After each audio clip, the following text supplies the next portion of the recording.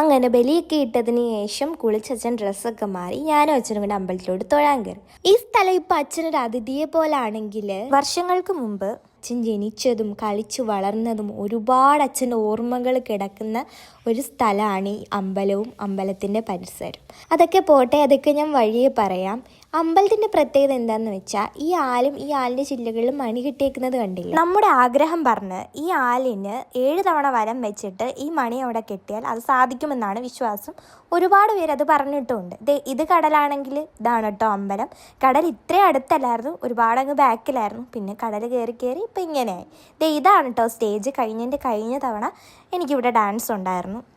ഇത് പൊങ്കാല ഇടുന്നത്. ഇനി അച്ഛൻ്റെ കഥ പറയാം. ഒരുപാട് ഓർമ്മകൾ ഇവിടെ അച്ഛനുണ്ടെന്ന് പറഞ്ഞില്ലേ. അത് അമ്പലമാണെങ്കിൽ ഇതായിരുന്നു കേട്ടോ അവരുടെ സ്ഥലം. കമ്പനി എടുത്ത് അങ്ങനെ ഇവിടെ ഒരുപാട് വീടുകളൊക്കെ ഉണ്ടായിരുന്നു. ഇത് കമ്പനി എടുത്തിട്ട് അങ്ങനെ എല്ലാവരും മാറിയതായിരുന്നു. വർഷം 2000-ലാണ് കേട്ടോ ഇവരിവിടുന്ന് മാറുന്നത്. ഞാൻ 2004-ലാണ് ജനിക്കുന്നത്. ഇനിയും കഥകളുണ്ട്, അടുത്ത വീഡിയോയിൽ പറയാം. ബൈ.